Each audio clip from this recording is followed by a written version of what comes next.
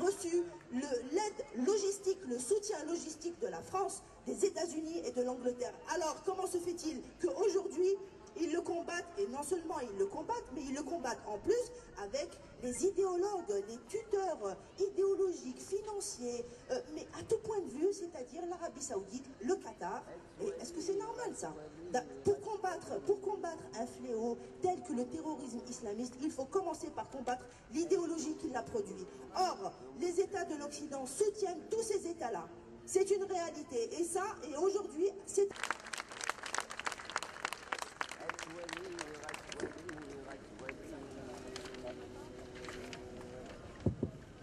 Donc, c'est Madame Malika Baraka. Deux ou trois mots, pas plus.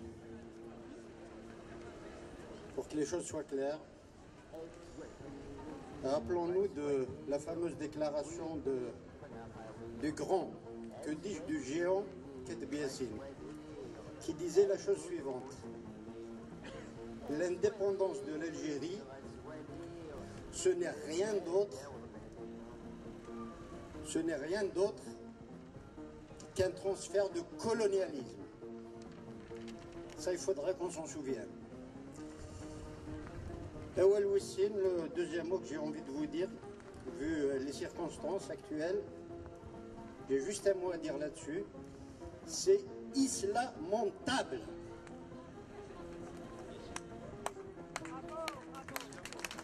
Islamontable. Et voilà. Et en dernier, je vais vous dire juste un seul mot aussi. Vive la Kabylie libre, souveraine et indépendante. Merci.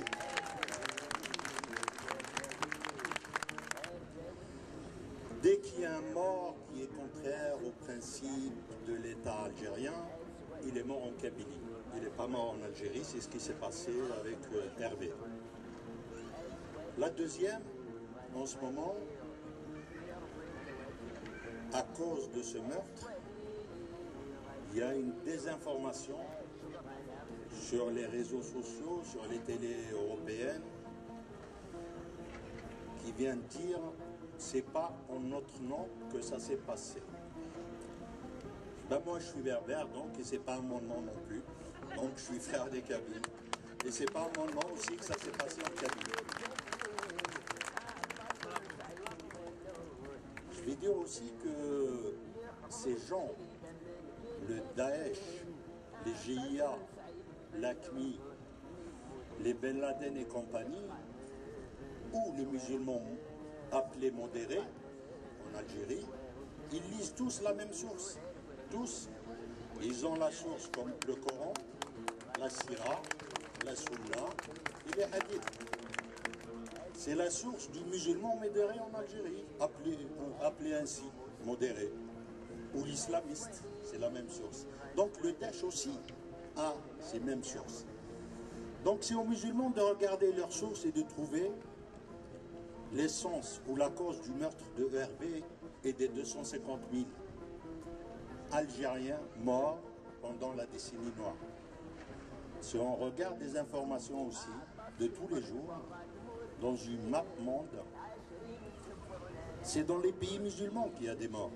Au minimum 20 par jour. Minimum. Ça s'explose au Maroc, en Tunisie, en Algérie bien sûr, en Libye, en Égypte, en Syrie, au Yémen, en Irak. Qu'est-ce qu'ils ont en commun ces pays-là? Ils ont deux choses dont personnellement il faut mal, ils ont en commun la religion musulmane et la langue arabe. Moi je rêve d'un pays, comme les Kabyles rêvent de leur pays. Mon pays sera laïque. Donc c'est les lois humaines qui vont s'appliquer. C'est les lois humaines qui vont s'appliquer. Donc on ne va pas tuer une personne parce qu'il est français ou il est danois. Mais j'ai lu depuis la création du MAC ou du GPK, j'ai lu tout ce qu'ils ont écrit. Il n'y a pas deux mots. Et je vous mets au défi de les trouver. Le verbe tuer ou le meurtre n'existe en aucun cas dans tous les textes du MAC et du GPK. Ces deux mots n'existent pas. Par contre, on peut les étayer facilement, soit dans le Coran, soit dans la Sunna, soit dans la Sira, soit par l'imam du coin.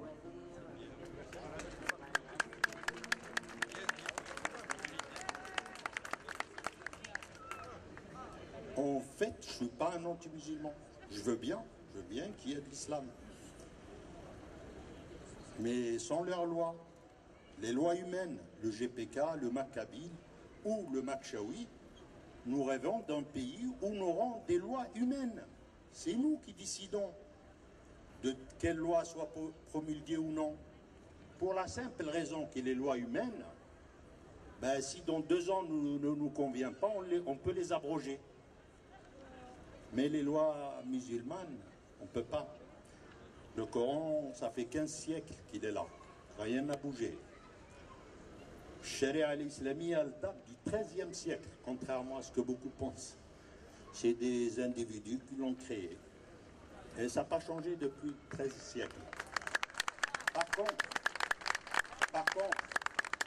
les lois humaines, telles que dans les pays démocratiques, la France, les États-Unis, etc., c'est des lois humaines, elles sont abrogeables par une majorité simple, même pas majoritaire. Il suffit, rappelez-vous, l'homosexualité, elle était interdite en France à une époque, maintenant elle est permise. Même si vous touchez un homo, ça devient un délit. C'est ça, les lois humaines. Et donc, pour ça, j'apporte mon soutien à mes frères kabyles, en Kabylie, que je souhaite libre et indépendante.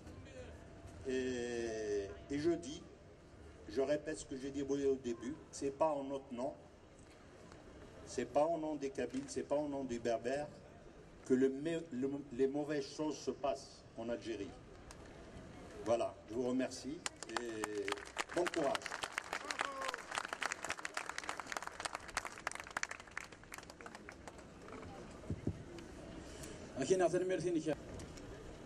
Un crime odieux vient d'être commis sur le sol de Kabylie.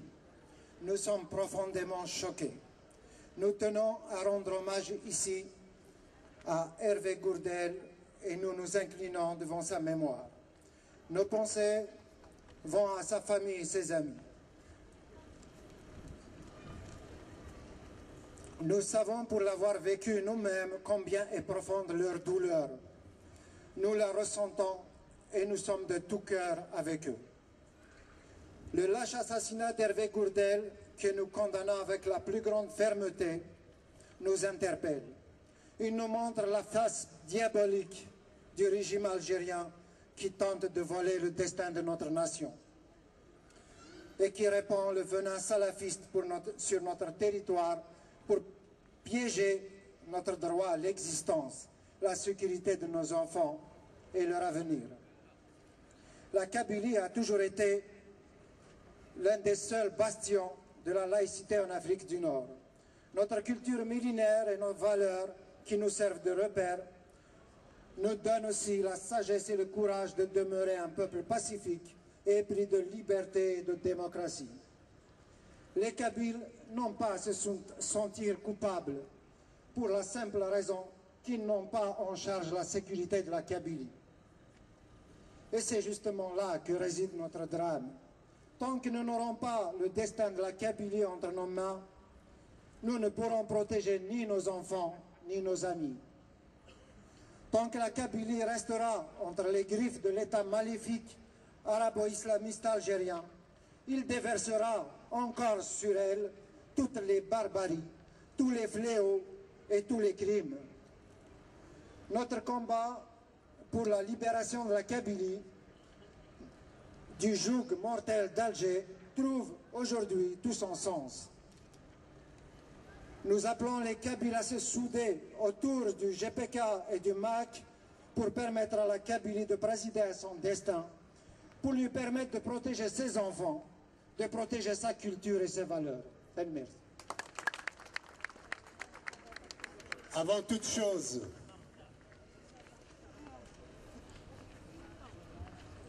je vous demande d'observer une minute de silence à la mémoire aussi bien d'Hervé Gourdel que d'Albert Ebossé et de nos enfants tués au Printemps Noir.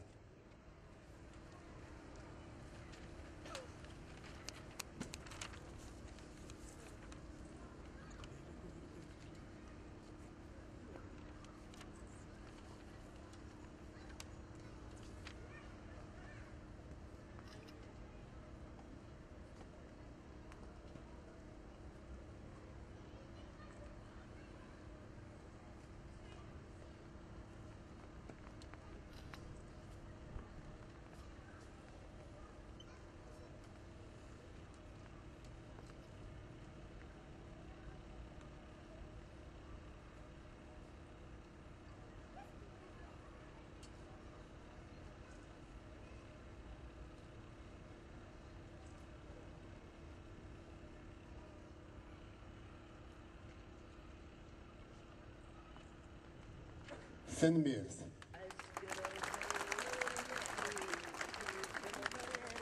Nous observons cette minute de silence parce qu'ils sont victimes. Nous observons cette minute de silence à leur mémoire parce qu'ils sont victimes de l'aspiration de la Kabylie à sa liberté et à son autodétermination. S'il n'y avait pas cette aspiration de la Kabylie à être souveraine, ces deux personnes, ainsi que les enfants du Printemps Noir, n'auraient jamais été assassinés par le régime algérien. Qu'on se le dise, ces assassinats sont le fait de l'État algérien et en aucune façon de la Kabylie. La Kabylie cultive des valeurs, sacralise la vie, sacralise le respect d'autrui, sacralise l'invité chez soi. Ceux qui ont assassiné Hervé Gourdel et Albert Ebossé ont porté atteinte au patrimoine immatériel de la Kabylie, millénaire, qui est la Naya.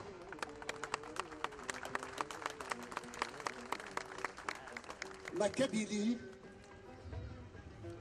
a toujours respecté l'invité chez elle. Qu'on se le dise, les Kabyles ne prennent pas le maquis, ils prennent la rue, ils descendent dans la rue, ils ne montent pas dans les maquis.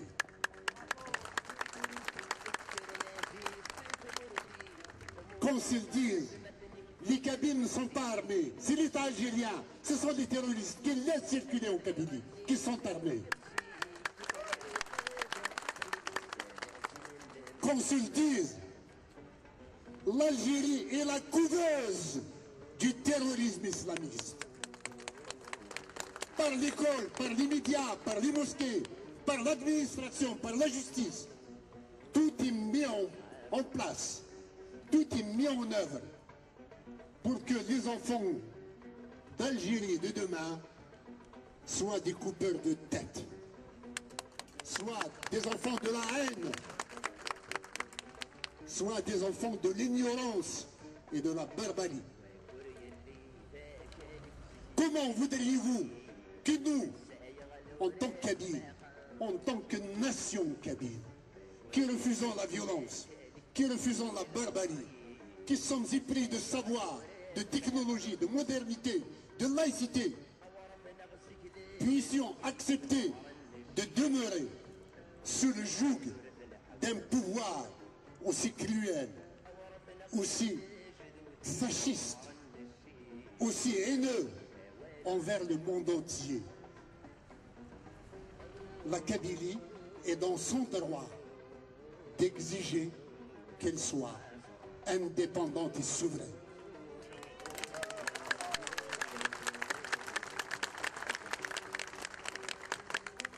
Ce n'est pas par rejet des autres, ce n'est pas coquetterie que nous avons demandé notre droit à l'autodétermination. C'est parce que sous le régime algérien, la Kabylie, qui pourrait être le moteur, qui est le moteur, et le cœur de l'Afrique du Nord, au lieu d'avoir à tirer tout le monde vers le haut, elle est tirée vers le bas parce qu'il n'a pas les commandes, les leviers de commande nécessaires pour gérer son avenir et faire en sorte que son école, son économie, ses médias, ses technologies soient performantes à l'échelle internationale.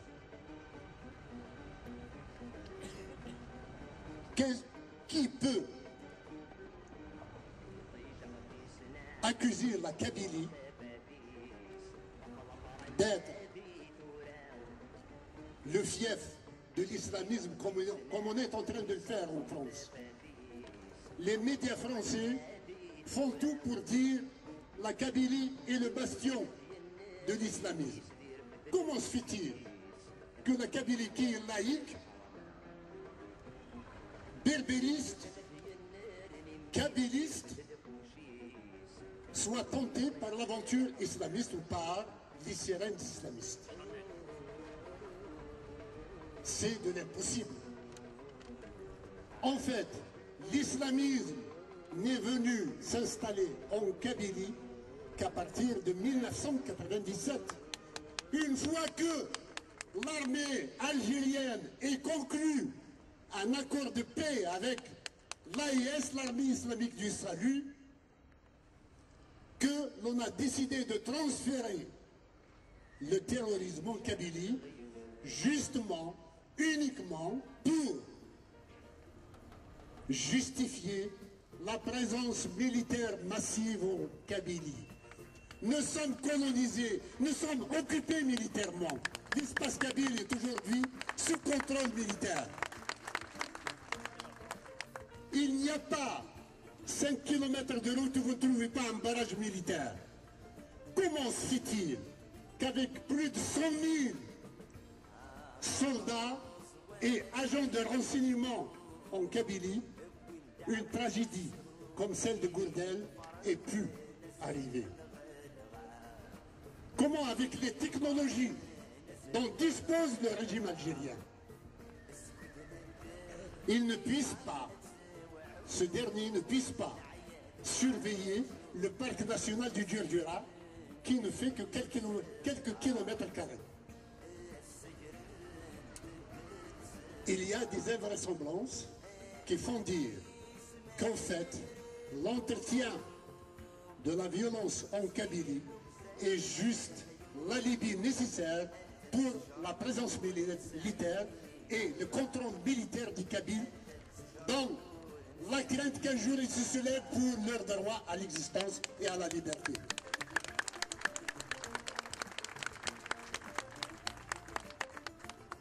L'assassinat d'Eboussé et de Gourdel répondent à la nouvelle tactique du régime algérien. Longtemps, on nous a réprimés. Longtemps, on a essayé de corrompre les Kabyles avec des dons pour construire, avec des dons pour acheter des fourgons, avec des gens à qui on fait des passe-droits juste pour servir de relais au régime en place. Mais la Kabylie est demeurée elle-même. Même des forces politiques ont été acquises au régime. Des forces politiques kabyles. Malgré ça, malgré tout cela, la Kabylie n'a pas plié genou. La Kabylie n'a pas renoncé à être elle-même. Alors, après 15 ans d'efforts de Bouteflika, qui avait fait le serment dès son arrivée de dégonfler le ballon de baudruche de la Kabylie et des Kabyles, il n'y est pas parvenu. Alors la nouvelle tactique, et surtout depuis la naissance du gouvernement provisoire kabyle, le 1er juin 2010, c'est maintenant de commettre des crimes et d'essuyer le coton sur le dos de la Kabylie. Ainsi, Albert Ebossé, joueur talentueux, aimé de ses supporters, aimé de la Kabylie, il était le meilleur buteur de l'année dernière,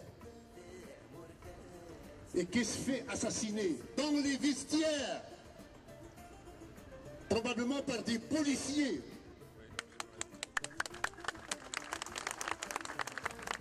On s'est bien sûr assuré de susciter quelques troubles à la fin d'un match pour dire que c'était des jets de pierre qui avaient tué Ebossé. Je vous mets au défi, je mets au défi quiconque, même à 2 mètres de quelqu'un, de lui couper, de lui trancher la carotide avec une pierre, quelle qu'elle soit, tranchante qu'elle soit. Et puis, si Ebossé était tué sur le terrain, il serait tombé sur le terrain, tout le monde l'aurait vu. Or, nous avons la vidéo dans laquelle Albert Ebossé rentrait bien dans les vestiaires. C'est là-bas qu'il fut tué. Mais l'essentiel, c'est de jeter l'opprobre sur les Kabyles à travers le monde, d'abord à travers l'Afrique, qui est notre territoire, qui est notre terre de prédilection. Nous sommes africains.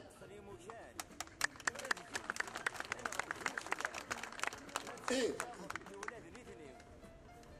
aujourd'hui, par exemple, à Gaïs, il y a des milliers de Maliens qui sont venus s'installer là-bas. Et les Kabyles n'ont aucun geste de rejet à leur égard, bien au contraire. La Kabylie n'a pas à faire la preuve de son antiracisme ou de son hospitalité. Elle est légendaire. Donc, le deuxième point, c'était que la JSK était trop le symbole de l'honneur de la Kabylie, du prestige de la Kabylie à l'échelle internationale. Il fallait le ternir. Et la CAF vient de suspendre la GSK de toute compétition africaine. C'est exactement ce que voulait et ce que recherchait le pouvoir algérien. Sauf qu'il se trompe d'une chose. Avec ses relais, notamment le président de la GSK actuel, décrié par tout le monde, il n'est là-bas que par la force du gouvernement algérien, du pouvoir algérien. C'est ce président de la GSK qui a fait de Bouteflika président d'honneur de la GSK. Honte à lui. Et en tous les cas, cet assassinat d'Albert Ebossé est aussi, moralement, celui dont la responsabilité est celle de Bouteflika lui-même, puisqu'il est président d'honneur de la GSK. Donc la tactique aujourd'hui consiste à salir des Kabyles et à dire au monde entier, voilà, ce sont des sauvages. Le seul peuple capable de défendre des valeurs universelles, communes à l'ensemble du monde occidental, eh bien c'est ce peuple-là que l'on veut jeter aux orties, que l'on veut salir, que l'on veut mettre sur le banc de l'humanité. Je ne laisserai pas dire qui que ce soit que les Kabyles sont des sauvages, que les Kabyles sont des violents, que les Kabyles sont malpolis, que les Kabyles ne sont pas accueillants, que les Kabyles sont racistes. Les Kabyles sont un peuple noble et grand. Vive la Kabylie, vive le peuple kabyle.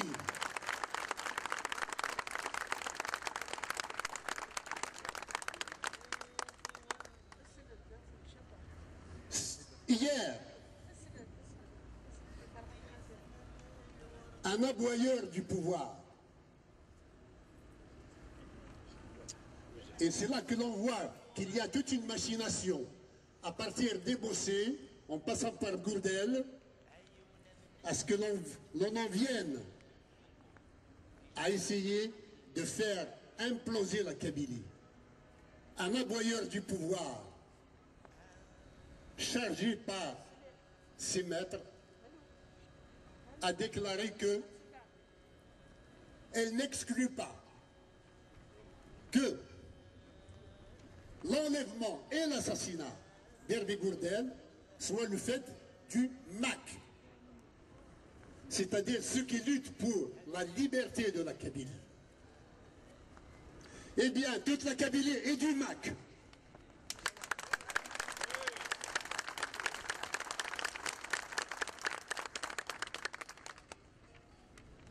Cette déclaration, relayée immédiatement par l'APS, vous savez ce qu'est l'APS, l'agence presse Algérie Presse Service, elle est faite uniquement pour relayer les informations du pouvoir lui-même. Donc, les propos de Louise Hanoun sont téléguidés. Elles émanent de ses chefs. Et ce qu'elle dit là est en fait annonciateur de quelque chose de très grave. C'est l'arrestation, voire l'assassinat de militants de l'autodétermination de la Kabylie, voire, comme du temps du colonialisme français, d'appliquer une sorte de responsabilité collective des Kabyles et d'aller vers la répression plus sanglante que celle de 2001. Nous mettons en garde les apprentis sorciers autour de Bouteflika. Toucher à la Kabylie de façon répressive et violente, cette fois-ci, va lui coûter cher, très cher.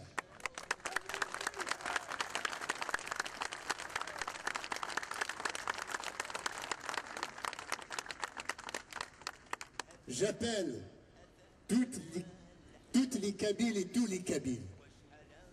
J'appelle le peuple kabyle à rester vigilant de ce pouvoir diabolique et maléfique. Nous allons vers l'avant, nos bras sont ouverts, aussi bien aux étrangers qu'à l'ensemble de tous ceux qui sont nos voisins. Nous voulons une Kabylie prospère, sécurisée, démocratique, laïque, sociale. Elle va nécessairement répercuter aussi bien sa sécurité, son aisance économique, son avancée technologique sur l'ensemble de son environnement géopolitique, c'est-à-dire toute l'Afrique du Nord et la Méditerranée, voire au-delà. Vive la Kabylie libre, vive la Kabylie souveraine, vive le grand peuple kabyle. Merci beaucoup. John Ferris.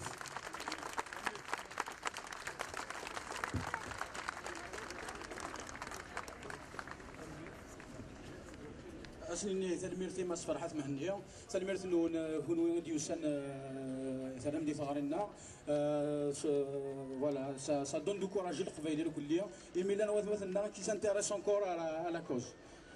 Voilà. Aujourd'hui on nous tue, on nous brûle, on tue ceux qui viennent nous voir, ceux qui viennent nous rendre visite. Donc aujourd'hui la Kabylie est en danger et tous ces enfants doit se mettre main dans la main pour la protéger. Voilà mon souhait. Peut-être certains verront mes propos un peu naïfs, mais ils ne sont pas naïfs. C'est faisable. Notre union est faisable. Notre union est possible. Il faut protéger la Kabylie. Il faut travailler ensemble pour la sécurité de la Kabylie. Il faut aider ceux qui se battent pour sa liberté, pour son autodétermination. C'est un droit. C'est une dignité pour nous. Vouloir sa liberté, c'est une grande dignité. Vouloir se libérer du fanatisme, c'est un grand honneur. La Kabylie a été le bastion de la sécurité, le bastion de la laïcité, le bastion du savoir, le bastion de l'évolution.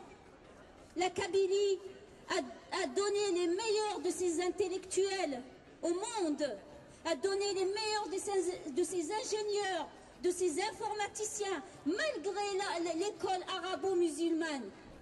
Malgré l'école arabo-musulmane. C'est pour voir à quel point ce peuple, à quel point nous sommes à l'instar des peuples civilisés. Alors faisons honneur à la Kabylie, défendons la Kabylie, mettons-nous la main dans la main, mettons-nous aux côtés de ceux qui veulent la protéger. Protégeons notre peuple. Aujourd'hui, il est en danger.